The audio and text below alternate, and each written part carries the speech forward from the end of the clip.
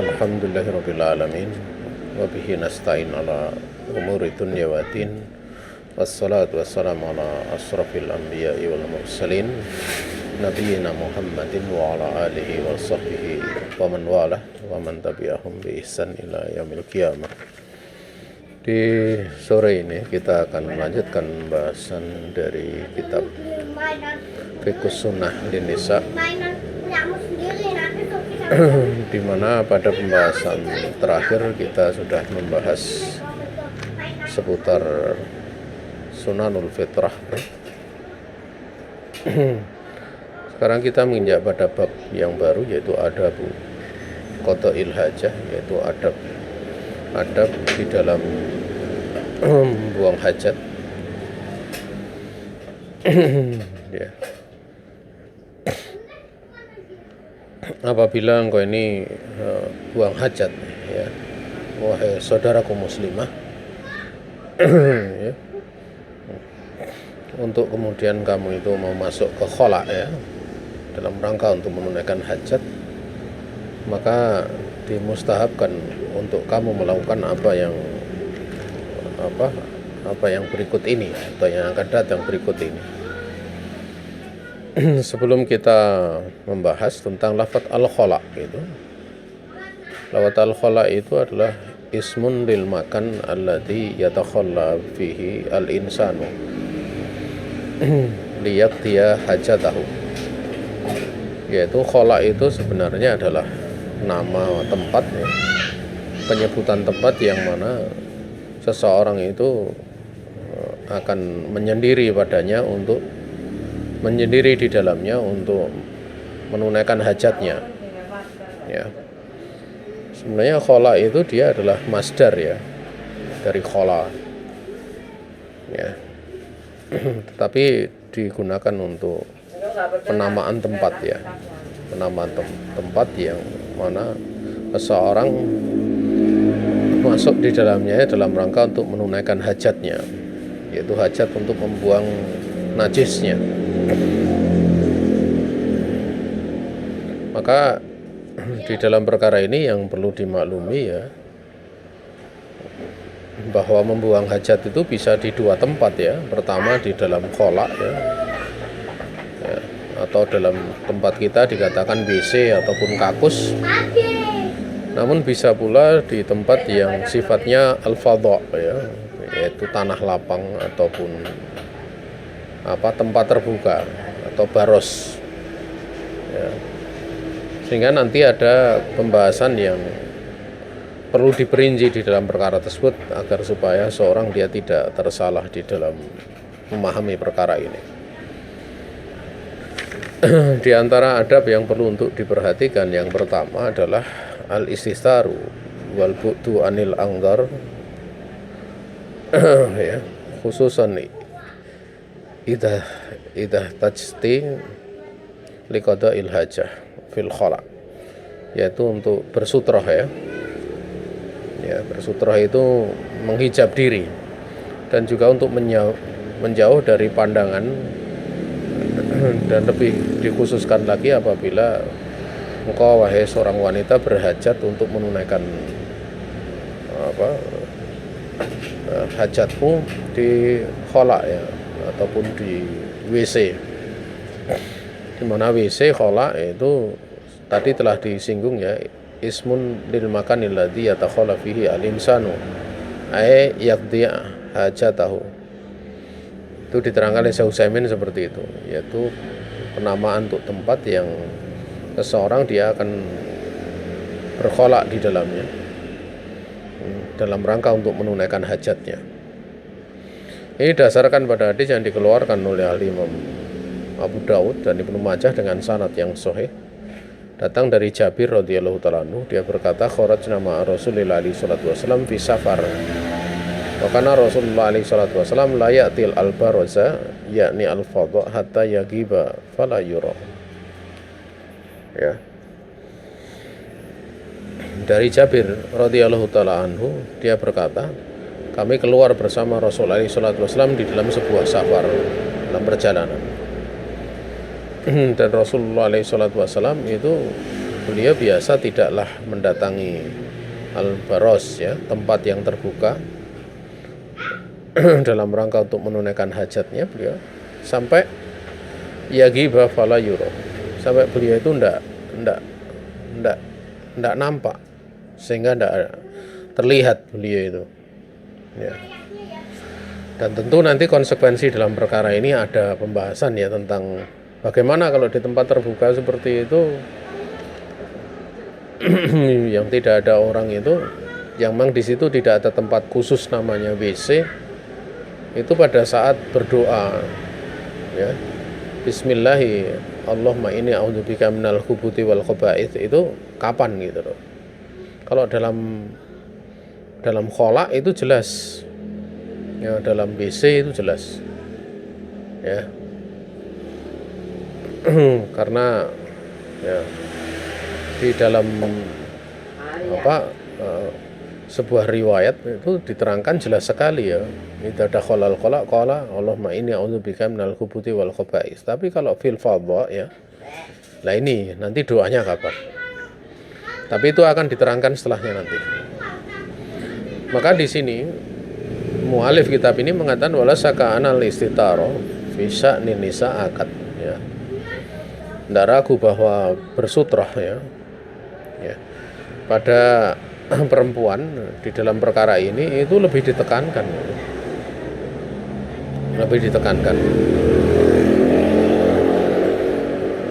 Kemudian yang kedua, kuli inda dukhul, ya, kamu katakanlah pada saat masuk itu, yang dimaksud pada saat masuk itu adalah sebelum masuk, yaitu Bismillahi Allahumma inni a'udzubika minal khubuthi wal khaba'ith, ya. Lafadz khubuthi itu dia jamak dari khabith, ya, pada wayan fa'il jamak dari khabith, sementara khaba'ith itu jamak dari khabithah. Kalau dibaca dengan minal khubuthi wal khaba'ith itu adalah minta perlindungan dari setan laki-laki dan setan perempuan, ya. Karena khabith itu adalah untuk setan laki-laki, jamannya al-khubuth. Tetapi kalau dalam sebagian riwayat yang pada huruf ba-nya itu disukun, yaitu minal khubthi, maka al-khubthu itu maknanya adalah asyar, kejelekan, ya. Sehingga di situ ada bentuk minta perlindungan kepada Allah dari setan laki-laki dan setan perempuan, juga bisa kalau dibaca dengan minal khubthi dari kejelekan,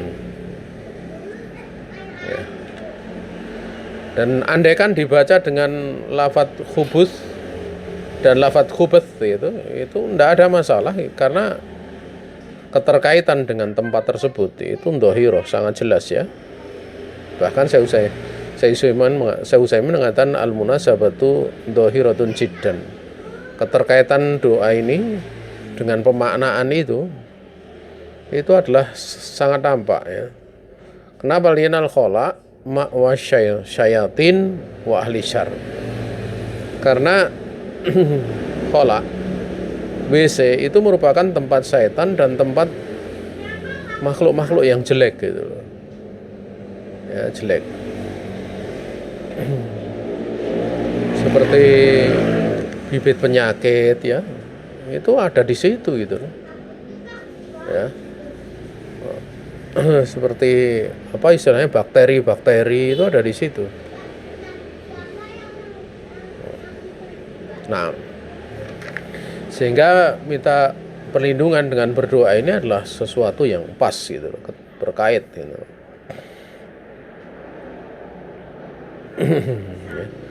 Kemudian di dalam perkara ini ada riwayat yang dikeluarkan oleh Imam Tirmidzi dan Ibnu Majah. Hadisnya hadis yang sahih, ya. Rasulullah SAW bersabda, sitru ma baina ayunil jin wa aurati bani adam idza dakhala ahaduhum al-khala'a an yaqula bismillah. Ya.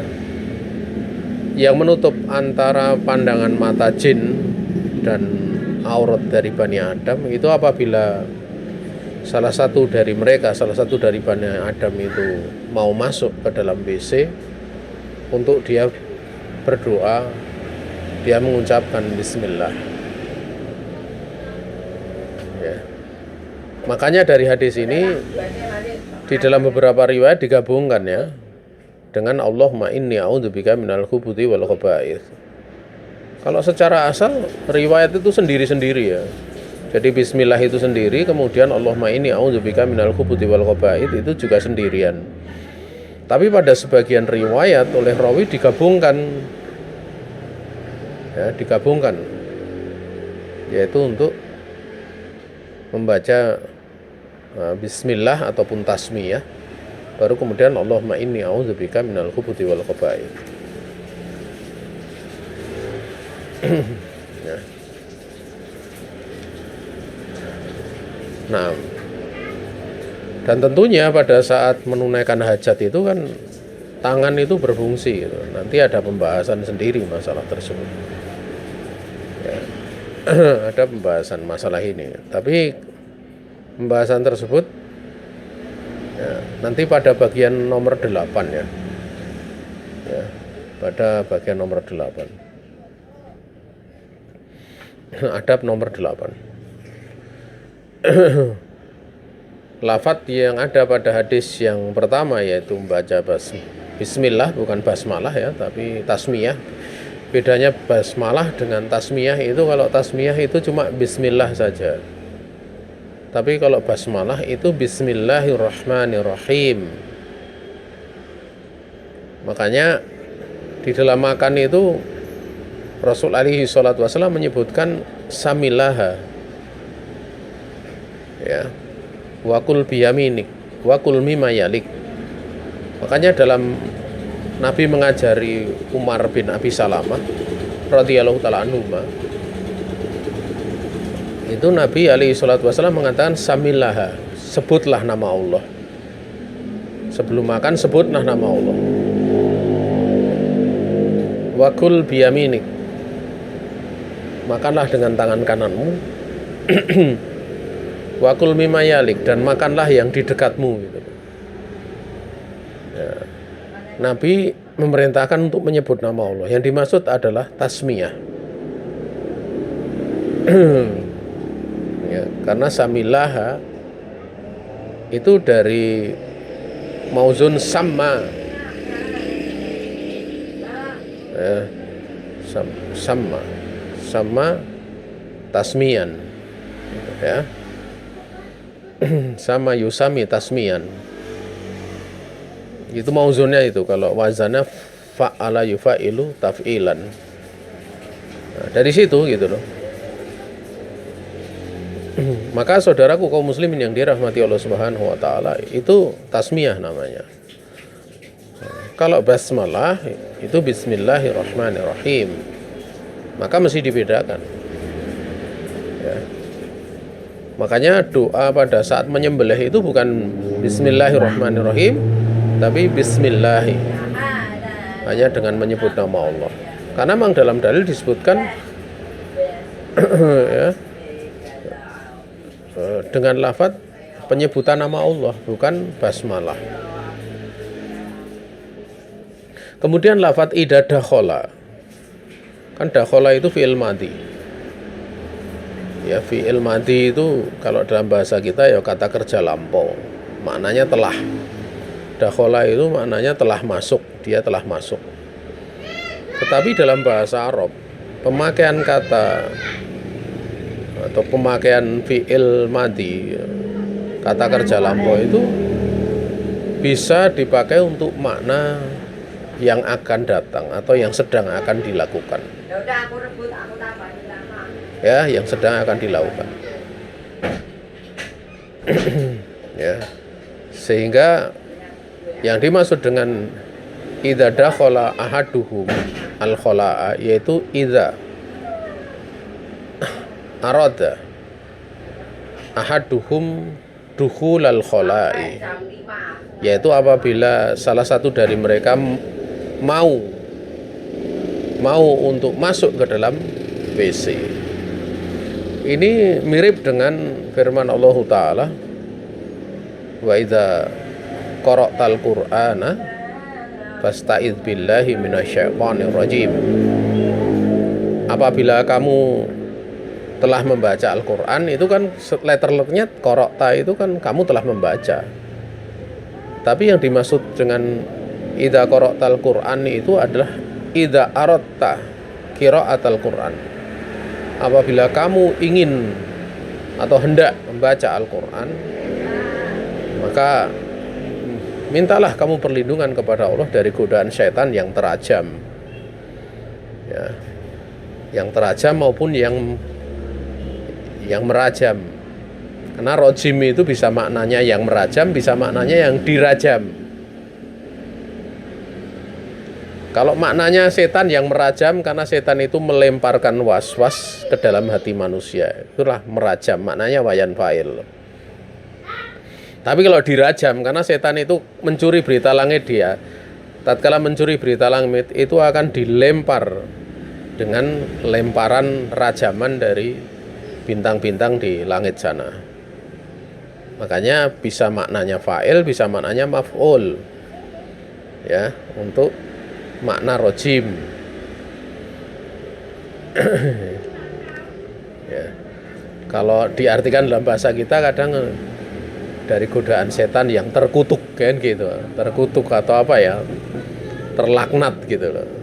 Tapi sebenarnya maknanya rajam gitu, yang terajam. Ya. Jadi maknanya adalah idza arada ahaduhum dukhulal khola'i gitu. Maknanya adalah itu. Jadi apabila salah satu dari mereka itu mau masuk ke dalam WC. Nah, ini pentingnya seorang mengetahui bahasa Arab ya, karena kalau ngartikan letterlek ya jadi repot urusannya. Kemudian wan Anas radhiyallahu taala anhu tadi sudah disinggung ya. Karena Rasulullah sallallahu alaihi wasallam idza dakhalal khala' qala, yaitu idza arada dukhulal khala'i qala Allahumma inni a'udzubika minal khubuthi wal khaba'ith. Ya. Jadi doa ini,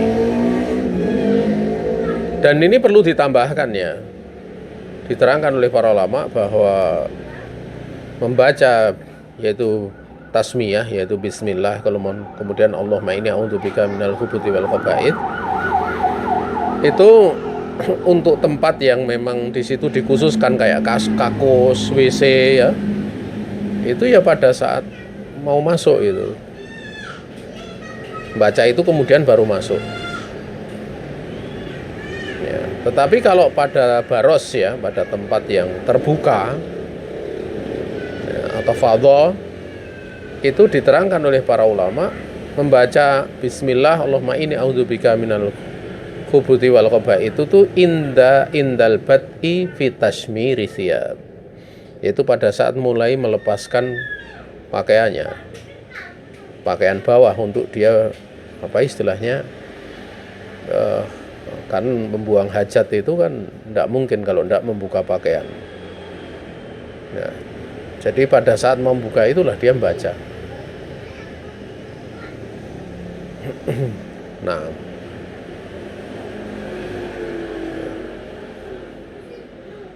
kemudian adab yang ketiga adalah mendahulukan kaki kiri pada saat masuk dan kaki kanan pada saat keluar ya. Qaddami rijlakil yusra fid dukhul wal yumna fil khuruj. Ya. Dahulukan kakimu yang kiri di dalam masuk dan yang kanan di saat keluar. Kenapa? Wadzalika likauni atayamuni fima huwa syarif. Yaitu karena keberadaan untuk memulai yang kanan pada perkara yang mulia dan memulai perkara yang kiri pada perkara yang tidak mulia. Masuk ke dalam WC itu bukan perkara mulia ya. Karena membuang hajat sifatnya. Membuang hajat. Maka didahulukan kiri. Makanya membawa kotoran itu kan juga dengan tangan kiri, bukan dengan tangan kanan. Demikian pula pada saat berbersih juga seperti itu.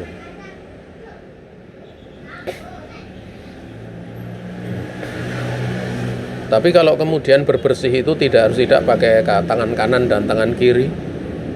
Seperti contohnya tangan kiri membersihkan, tangan kanan memakai gayung. Nah, di situ ada pembahasan nanti. Ya. Karena air itu pada saat ada di gayung di tangan kanan kita itu masih suci ya. Adapun tangan kiri yang bersentuhan dengan najis. Dan air itu pada saat mengenai tempat najis atau mengenai najis itu masih berlaku kesuciannya sehingga membersihkan najis. Nanti kotor itu setelah lepas dari situ. Kalau setelah lepas itu menjadi hukum air najis. Air yang kena najis gitu, ternajisi dengan perubahan sifatnya. Ya, bau, rasa dan warnanya. Nah.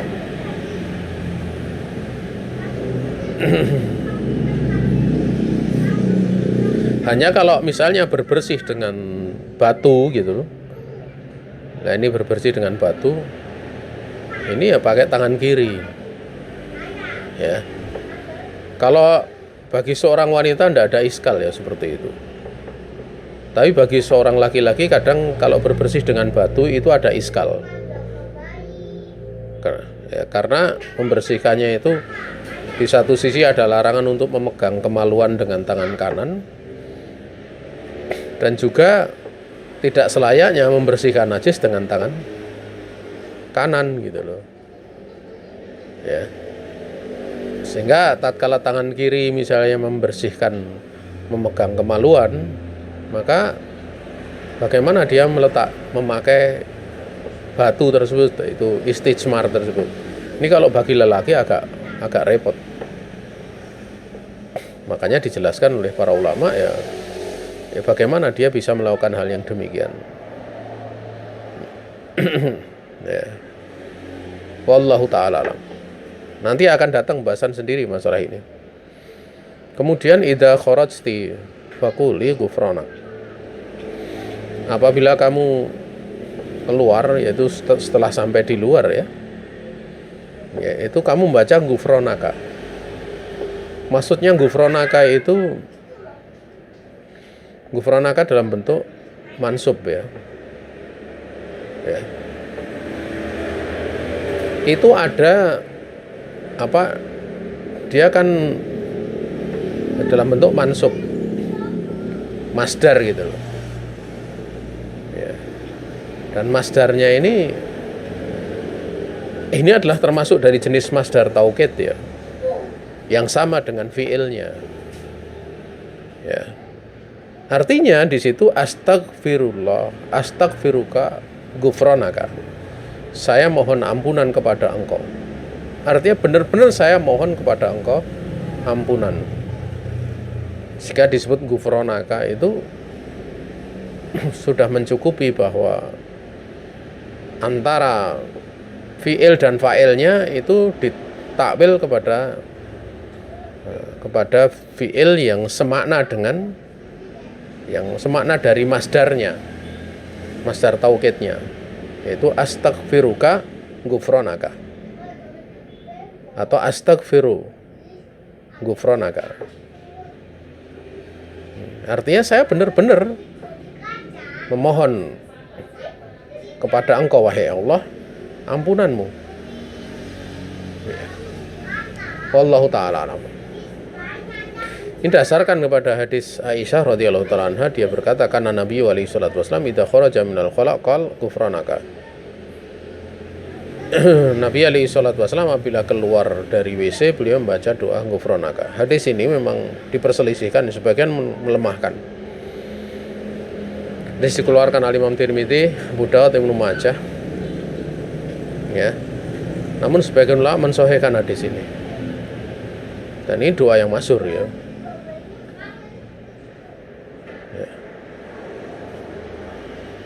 Ada ditambahkan di dalam penjelasan pengucapan ini adalah dengan mengangkat suara ya. Syekh Utsaimin menjelaskan dengan diangkat suara.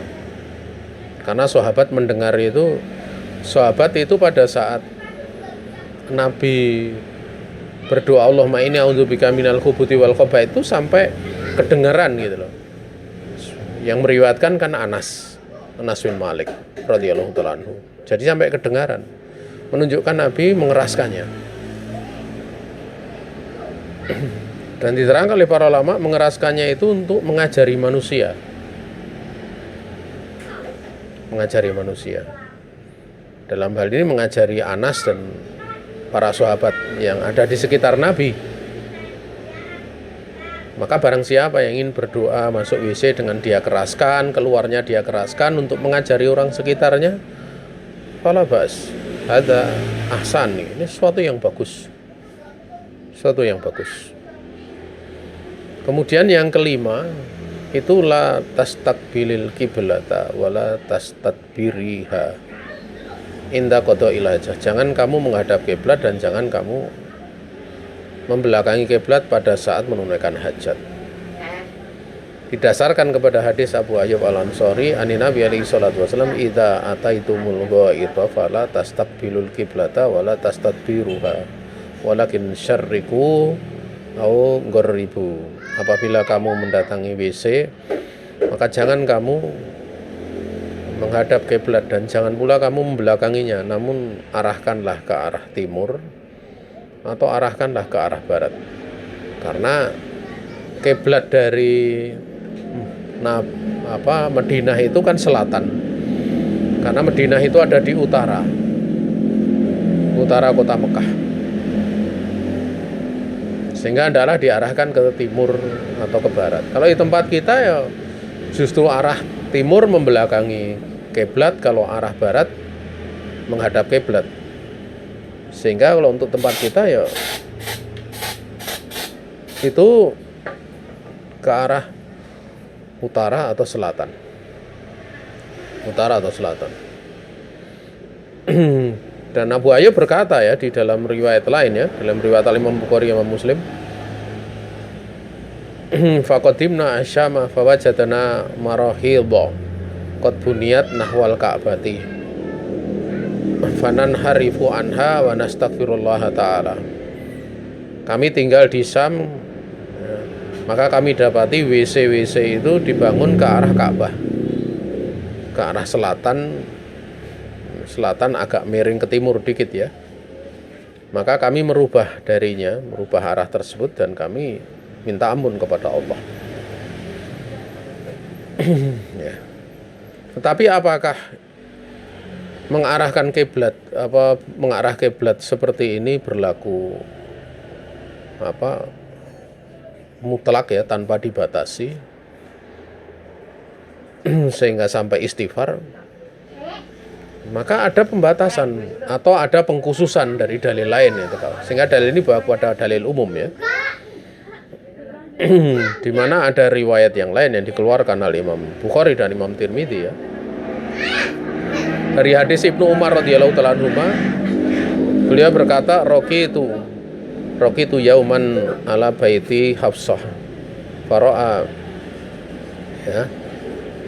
Faro'a itu An-Nabi alaihi salatu wasallam yakti hajatahu mustaqbil Syam. Ya. Mustaqbil Syam wa mustadbirul Ka'bati. Ya. Ibnu Umar dia mengatakan, aku naik ya, pada suatu hari aku naik ke rumah Hafsah ya. Maka aku lihat Rasul alaihi salatu wasallam, Nabi alaihi salatu wasallam menunaikan hajatnya itu menghadap ke Syam dan membelakangi Ka'bah ya.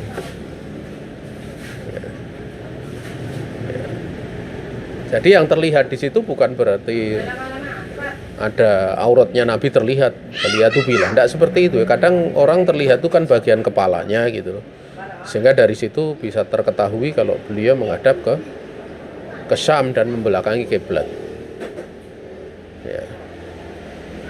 Maka diterangkan oleh para ulama dengan menggabungkan dua hadis ini. Jadi kalau tempatnya itu memang khusus ya, ada tempat WC ya, kakus ya, toilet ya, itu boleh untuk membelakangi ataupun menghadap kiblat. Ya. 6. Bagaimana dengan tindakan dari Abu Ayyub yang dia mengatakan perkataan Abu Ayyub tinggal di Syam, kami dapati WC arahnya seperti itu, kemudian kami rubah arahnya, kemudian kami istighfar.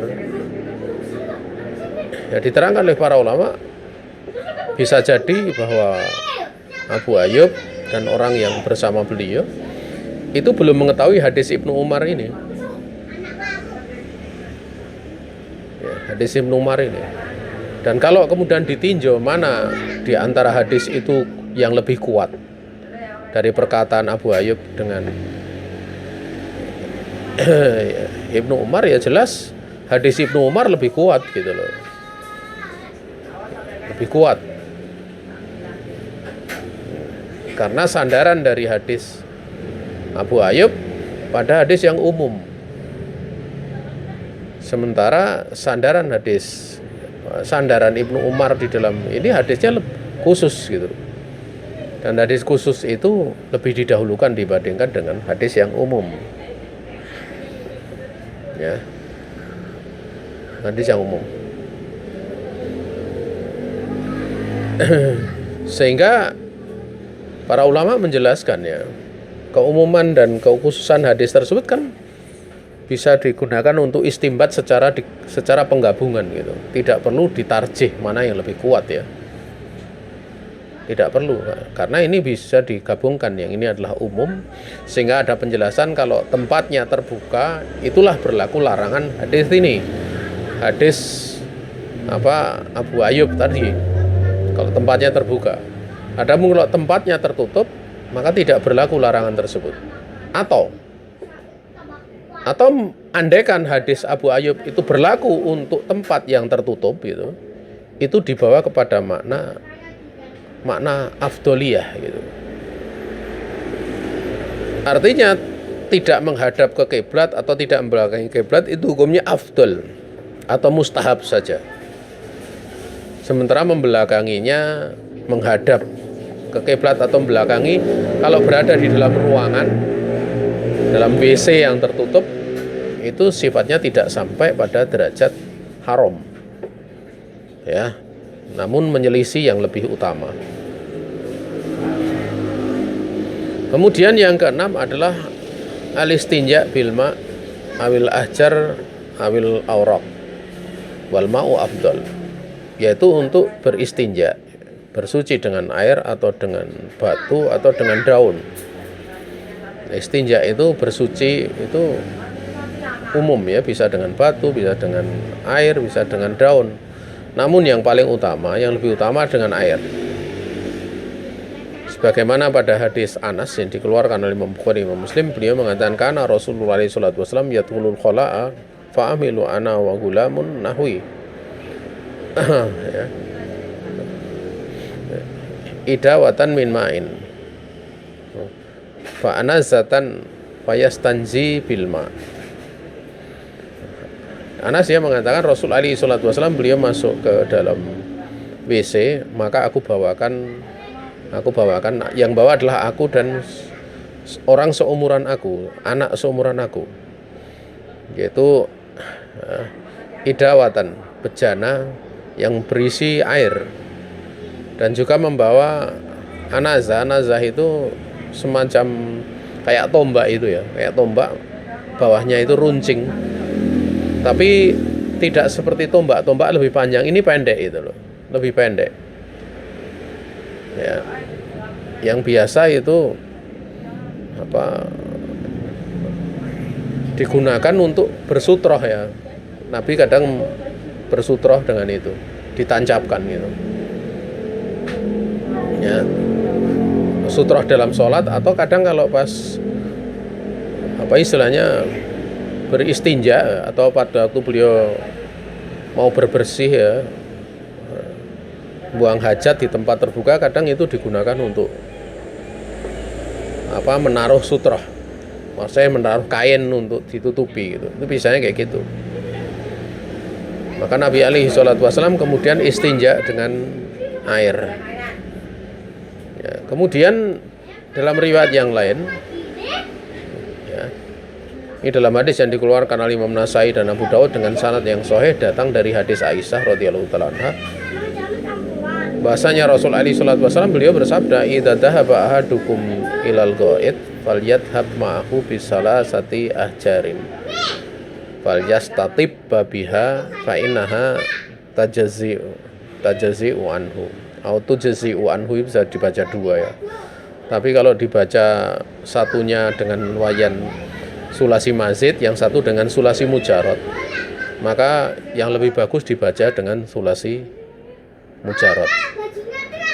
Sulasi mujarad. Kecuali lafadz hadisnya memang dibaca sulasi mazid misalnya, itu baru ya.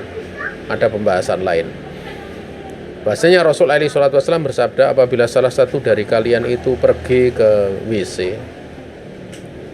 ya, pergi untuk buang air, ya, buang hajat, maka hendaklah dia bersamanya membawa 3 batu, dan hendaklah dia bersuci dengan 3 batu tersebut, maka sungguhnya itu sudah mencukupi untuknya. Diterangkan di sini 3 batu dan bukan 1 batu bermata 3, karena batu itu kalau dihitung matanya, kalau batunya bunder matanya malah banyak, atau malah nggak punya mata itu kalau batunya itu bulat gitu. Maka penyebutan 3 itu menunjukkan bahwa benar-benar 3 batu gitu ya.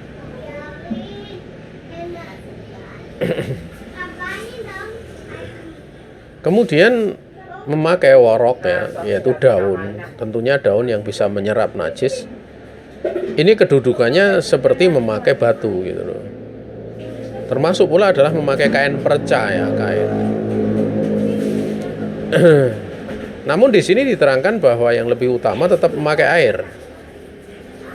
Ya, di dalam kitab Al-Muwatta dengan sanad yang sahih dari Sa'id ibn Musayyab.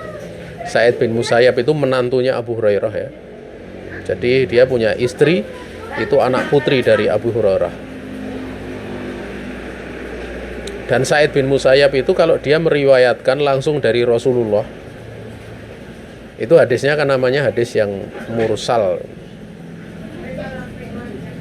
Dia menjatuhkan rawi sahabat, tapi dia langsung meloncat kepada Rasulullah.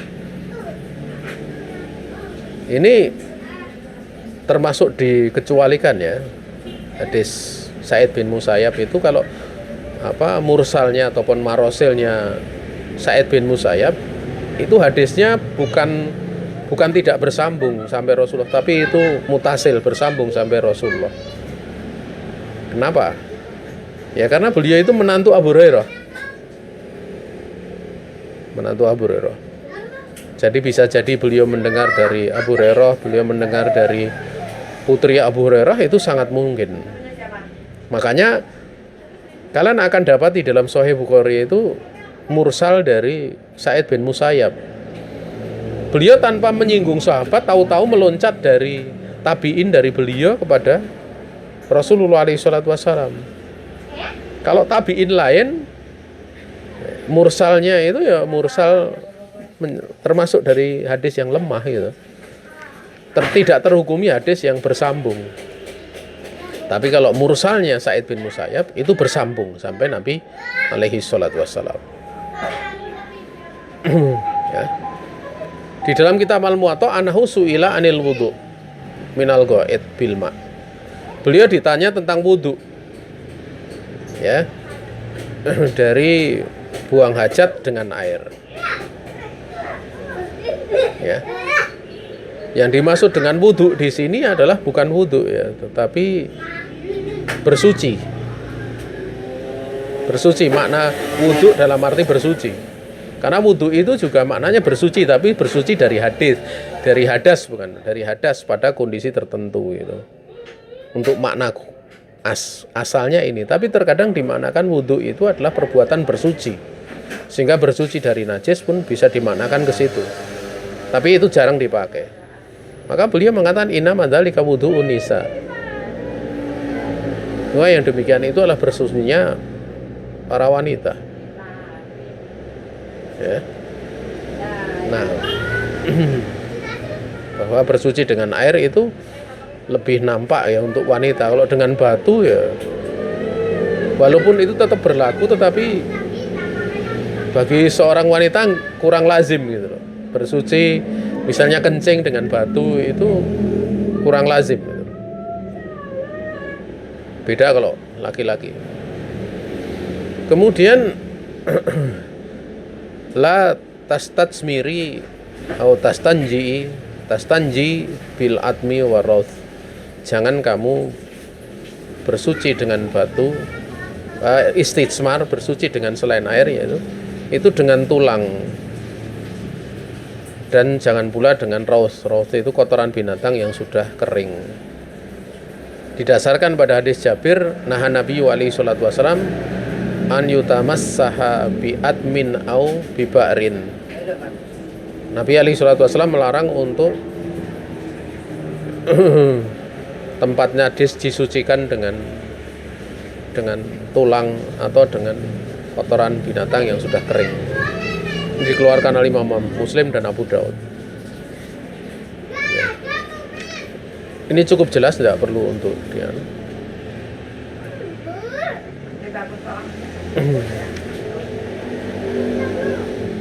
Dan memang dijelaskan alasannya karena keduanya itu adalah makanan jin ya. Artinya kalau makanan jin aja nggak boleh untuk bersuci, apalagi makanan manusia gitu loh. Ya, makanan itu kan perlu untuk dijaga hurumahnya, dijaga kebersihannya. Nah, sementara najis itu kotor, itu rijes. Kemudian yang kedelapan, la tamasi al-farja bil yamin wala tastanji biha. Janganlah kamu menyentuh kemaluan dengan tangan kanan, dan jangan kamu istinja dengan tangan kanan. Jadi menyentuh kemaluan dengan tangan kanan tidak boleh. Pada waktu membersihkannya juga tidak boleh dengan tangan kanan, karena hadis Abi Qatadah, dia berkata Rasul alaihi salatu wasallam bersabda, idza bala ahadukum fala yamussa dzakarahu bi yaminih wala yastanji bi yaminih. Ini dikeluarkan oleh Imam Bukhari, Imam Muslim dan Ibnu Majah. Apabila salah satu dari kalian itu kencing, maka janganlah dia menyentuh kemaluannya dengan tangan kanan, dan jangan pula pada waktu membersihkannya dengan tangan kanan. Ya. Sehingga di situ bagaimana teknisnya ya itu dimaklumi gitu. Dimaklumi. Kalau dengan batu bagi perempuan tidak ada masalah ya. Dengan batu mau dengan air kan biasanya tetap tangan kanan memegang air. Kalau tangan memegang air itu kan tangan kanan tidak tersentuh najis karena airnya masih suci. Air akan menjadi najis itu setelah tersentuh najis kemudian jatuh. Sehingga di situ tidak masuk pada larangan hadis ini. Yang menjadi masalah adalah lelaki itu. Lelaki. Maka di sini pentingnya kalau lelaki kaitannya dengan memakai air tidak ada masalah. Karena tangan kanan itu memegang gayung, itu gayung itu bersih. Atau air yang ada pada gayung itu bersih. Sehingga pada saat air itu terlepas mengalir dari gayung kemudian menyentuh kemaluan, di saat itulah sudah tidak terpegang oleh tangan. Tidak terpegang oleh tangan kanan. Sehingga yang menggosok kan tangan kiri, sehingga tidak ada masalah seperti itu. Yang menjadi masalah adalah pada saat memakai batu. Sebagian ulama sampai menyebutkan teknisnya itu dengan diletakkan pada dinding pada semacam tempat bibir kamar mandi itu misalnya. Kemudian dengan tangan kirinya dia sentuhkan kemaluannya ke situ. Ada yang menyebutkan seperti itu. Tapi yang jelas perkara ini teknisnya seperti itu, teknis muwasa. Yang penting tidak memakai tangan kanan. Tidak memakai tangan kanan. Wallahu ta'ala a'lam. Lebih-lebih sebagian ulama memandang itu hukumnya tidak sampai haram ya. Sebagian memandang itu makruh itu. Walaupun ada sebagian ulama yang berpandangan haram ya. Tapi terlepas dari haram dan makruhnya, di sini berlaku larangan dari Nabi alaihi salatu wasallam. Ya, larangan dari Nabi alaihi salatu wasallam. Kemudian yang ke-9, la yajuzu atakhalli ya qada'ul hajah fi tariqin nas au fi dhillihim. Tidak boleh untuk qada menunaikan hajat itu di jalan yang dilalui manusia atau di tempat manusia biasa berteduh, misalnya kayak di halte-halte bis yang di situ manusia biasanya berteduh ya. Atau kalau di padang ada pohon yang kalau pas terik matahari orang safar biasa duduk di situ untuk istilahnya untuk mengurangi rasa atau beristirahat, mengurangi penat ya, karena panas dan lain sebagainya. Maka itu dilarang. Didasarkan pada hadis Abu Hurairah bahwasanya Nabi alaihi salatu wasallam bersabda, "Ittaqul la'inaini." Ya, takutlah kalian kepada dua yang terlaknat. Yang terlaknat dengan wazan fa'il gitu. Kalau wayan fa'il artinya kan sebenarnya takutlah kalian, hati-hatikah kalian dari dua hal yang melaknat gitu.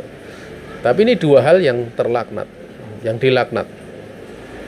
Nanti akan diterangkan penjelasannya. Mereka bertanya, ya, wa ma la'inani ya Rasulullah. Dua yang terlaknat itu apa ya Rasulullah? Nabi bersabda, alladzi yatakhalla fi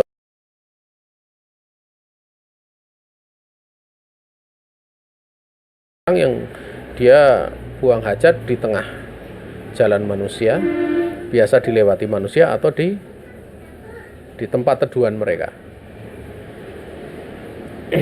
Ini dikeluarkan oleh Imam Muslim, hadis yang sahih ini. Tentang lafadz wayan fa'il yaitu la'inan ya. La'inani. Kenapa dikatakan dua yang melaknat gitu? Tapi diartikan dua yang terlaknat. Karena orang yang melakukan ini yaitu kencing di tengah jalan, kencing di tempat teduhan, itu hakikatnya melaknat dirinya sendiri. Orang tersebut melaknat dirinya sendiri, walaupun yang melaknat orang lain. Otomatis kalau ada orang lewat, kok di situ ada kotoran, bau, mesti dia akan melaknat orang yang kencing di situ ataupun buang air besar di situ. Demikian pula kalau dia buang hajat di tempat teduhan manusia, biasa manusia berteduh di situ. Niscaya orang yang berteduh akan melaknat.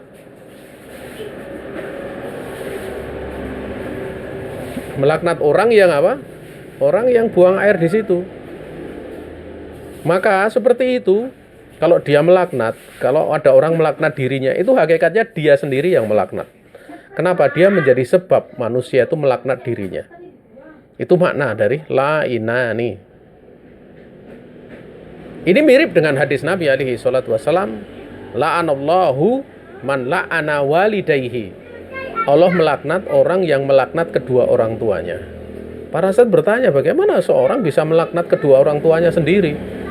Maka Nabi kemudian jelaskan, yasubur rajulu abar rajuli fayasuba abahu. Seorang laki-laki mencela bapak lelaki lain. Maka lelaki lain ini kemudian ganti mencela bapaknya dia. Maka tindakan dia mencela bapak orang lain sehingga orang lain itu mencela bapaknya dia, itu masuk kategori dia mencela bapaknya sendiri. Makanya orang-orang yang buang sampah sembarangan, yang biasa itu udah ditulisi di pinggir jalan, kemudian dia dilaknat oleh manusia ya, dicela oleh manusia, itu bukan manusia yang mencela, tapi dirinya sendirilah yang dia mencela. Karena tindakannya seperti itu.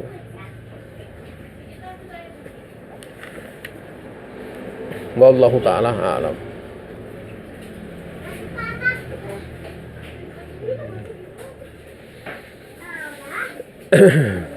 Kemudian yang ke-10 adalah yukrahu at-taba'ul fil mustaham, yaitu makanul ikhtisal ya, atau makanul ikhtisal. Dimakruhkan untuk kencing di kamar mandi, yaitu tempat mandi. Karena tempat mandi itu kan tempat berbersih. Seperti untuk mandi wajib atau mandi untuk ya. Sehingga manakala kencing di situ akan menimbulkan was-was. Tetapi kalau secara urfiah dicampur, misalnya kayak di masa kini itu, antara kamar mandi dengan WC itu sudah dicampur jadi satu. Maka enggak seperti itu, enggak berlaku hal seperti ini. Ya, enggak berlaku hal seperti ini. Tapi kalau khusus untuk mandi, ya, maka seperti itu. Dan biasanya tempat mandi yang seperti ini ya, tempat mandi itu kan ada dua. Artinya ada yang tempat mandi itu sifat airnya mengalir gitu. Kalau airnya mengalir tidak ada masalah gitu. Karena airnya langsung terbuang walaupun di situ tidak ada WC gitu. Tapi dia kencing di situ tidak ada masalah. Tapi kalau airnya itu menggenang, ini yang menjadi masalah gitu. Ya, menjadi masalah. Inilah berlaku celaan dalam perkara ini. Apalagi kalau airnya sedikit, ya, itu akan menjadikan air ternajisi, sehingga hukumnya beda. Tapi kalau airnya menggenang tapi banyak misalnya, ya, menggenang tapi banyak, itu pun dilihat banyaknya itu kan ada ukuran. Kalau seperti danau, seperti yang terjadi di zaman Nabi alaihi salatu wasallam, itu pengecualian. Ya, pengecualian. Nah,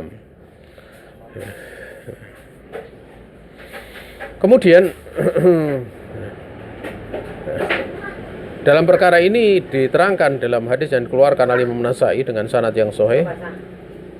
Nah, Rasulullah alaihi salatu wasallam an yabula rajulu fi muktasalihi. Ya. Nabi alaihi salatu wasallam, Rasul alaihi salatu wasallam melarang seorang laki-laki kencing di tempat mandinya.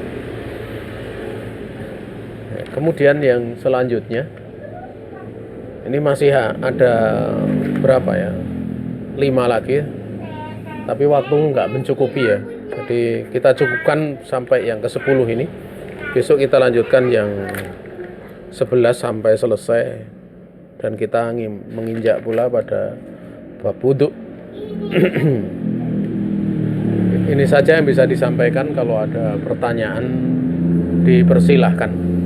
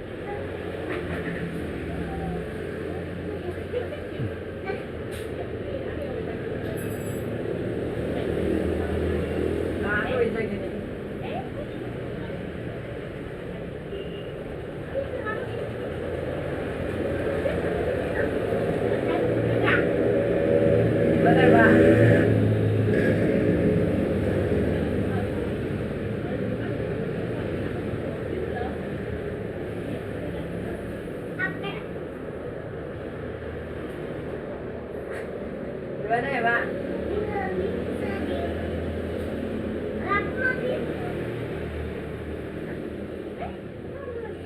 Gimana ya, Pak?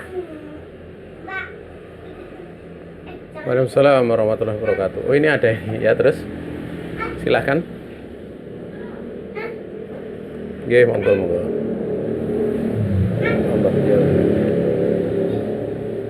Gimana sih?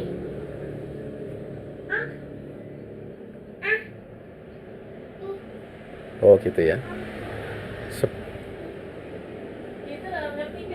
Sebenarnya tentang permasalahan buang hajat itu, Udah tahu. apakah disunahkan untuk tetap jongkok atau enggak ya? Ya, sebenarnya tentang permasalahan berdiri itu pernah ya ada riwayat ya berkaitan tentang masalah tersebut tatkala tempat yang digunakan ya bul ataupun kencing tersebut itu memungkinkan untuk memercik najisnya seperti tempat yang keras. Dan itu disebutkan oleh sebagian sahabat dari tindakan Nabi alaihi salatu wassalam. Sehingga tentang masalah buang air besar ya, buang air kecil gitu. Ya, kalau buang air besar jelas itu. Ya, kaitannya dengan duduk itu menjadi sebuah kelaziman ya. Menjadi sebuah kelaziman. Ya. Tapi adapun kaitannya dengan berdiri, ya, berdiri itu sekali lagi dalam perkara tersebut sebenarnya ini kan tabiat ya, tabiat manusia, ya, tabiat manusia. Kaitannya dengan membuang hajat. Ya. Dan ini kalau sudah berkaitan dengan tabiat, terkadang di dalam sebagian uruf itu ada padanya bentuk penjagaan kehormatan gitu. Ya, sebagaimana dimaklumi bahwa seorang wanita dia kencing berdiri itu merupakan perkara yang dipandang jelek gitu loh. Pandang jelek. Ya, maka kalau seperti itu ya hendaknya ditinggalkan. Ya, ditinggalkan. Tapi secara asal yang namanya buang air besar ataupun kecil itu secara keurufan gitu, secara keurufan dan tabiat manusia itu memang dia duduk. Adapun kaifiyah duduknya tidak ada riwayat yang sahih ya. Tidak ada riwayat yang sahih tentang masalah tersebut. Ya. Sehingga dari situ ada sisi kalau seorang dia kencing berdiri tanpa hajat itu jelas khilaful aula, menyelisih yang lebih utama. Maka tidak seyogianya itu dilakukan. Lebih-lebih kaitannya dengan kencing ataupun buang air besar dalam keadaan duduk itu secara tinjauan ilmu kesehatan ya dari para dokter itu ada manfaatnya. Ada manfaatnya. Ya. Namun kaifiyah duduknya itu tidak ada riwayat yang sahih tentangnya. Ya. Tapi kalau kemudian itu mau dilakukan ya, karena pertimbangan-pertimbangan tertentu, misalnya seorang dia sakit gitu, kemudian dianjurkan dokter duduknya seperti ini, maka yang demikian tidak ada masalah itu. Karena ini menyangkut maslahah badannya gitu loh. Kaitannya penyembuhan. Yang jelas dalam perkara seperti ini ya hendaklah hal tersebut dilihat pada keurufannya gitu, keurufan yang biasa berlaku. Ya. Secara asal yang namanya kencing berdiri itu Nabi pernah, beliau melakukan kencing berdiri itu pernah. Tapi di tempat yang seperti itu ya. Sehingga ini berkaitan dengan hajat dan melakukan sebuah perkara yang menyelisih yang afdal karena adanya hajat itu tidak ada masalah. Mungkin demikian ya. Kemudian tadi ada pertanyaan di chat kayaknya ya, mengenai istinja. Bagaimana jika beristinja menggunakan tisu seperti yang dilakukan banyak orang di luar negeri, bahkan menjadi kebiasaan di sana, mengingat air di sana memang sangat dingin untuk beristinja. Ini bagus karena tisu itu dia termasuk dari benda yang sifatnya menyerap. Para ulama sering menyebutkan tentang masalah kain perca. Bahkan tisu itu andaikan pakai tisu kering saya sudah mencukupi. Ya. Tapi kalau pakai tisu basah lebih bagus lagi gitu. Lebih bagus lagi. Sehingga pakai tisu tidak ada masalah gitu ya. Itu berada pada hukum istijmar ya. Berada pada hukum istijmar, itu bersuci dengan batu dan yang semisalnya. Wallahu ta'ala alam. Cukup insya Allah ya. Ada yang lain? Atau nanti kalau mungkin pada pertemuan yang akan datang kita akan lebih memperjelas masalah tadi ya. Masalah kencing berdiri itu. Kencing berdiri itu nanti insya Allah kita bahas lebih lagi. Tapi yang jelas secara kesimpulan kencing berdiri itu adalah hal diperbolehkan gitu, diperbolehkan. Makanya pada waktu Arabi itu kencing itu kan dia di lantai, dimaklumi gitu. Ya, dia berdiri, tidak dalam keadaan duduk. Dan dilihat oleh Nabi, yang diingkari Nabi adalah apa? Karena kencingnya di dalam masjid dan bukan berdirinya pada saat kencing. Mungkin demikian yang bisa disampaikan. Kalau tidak ada pertanyaan, kami kembalikan kepada pembawa acara. Tafadhol.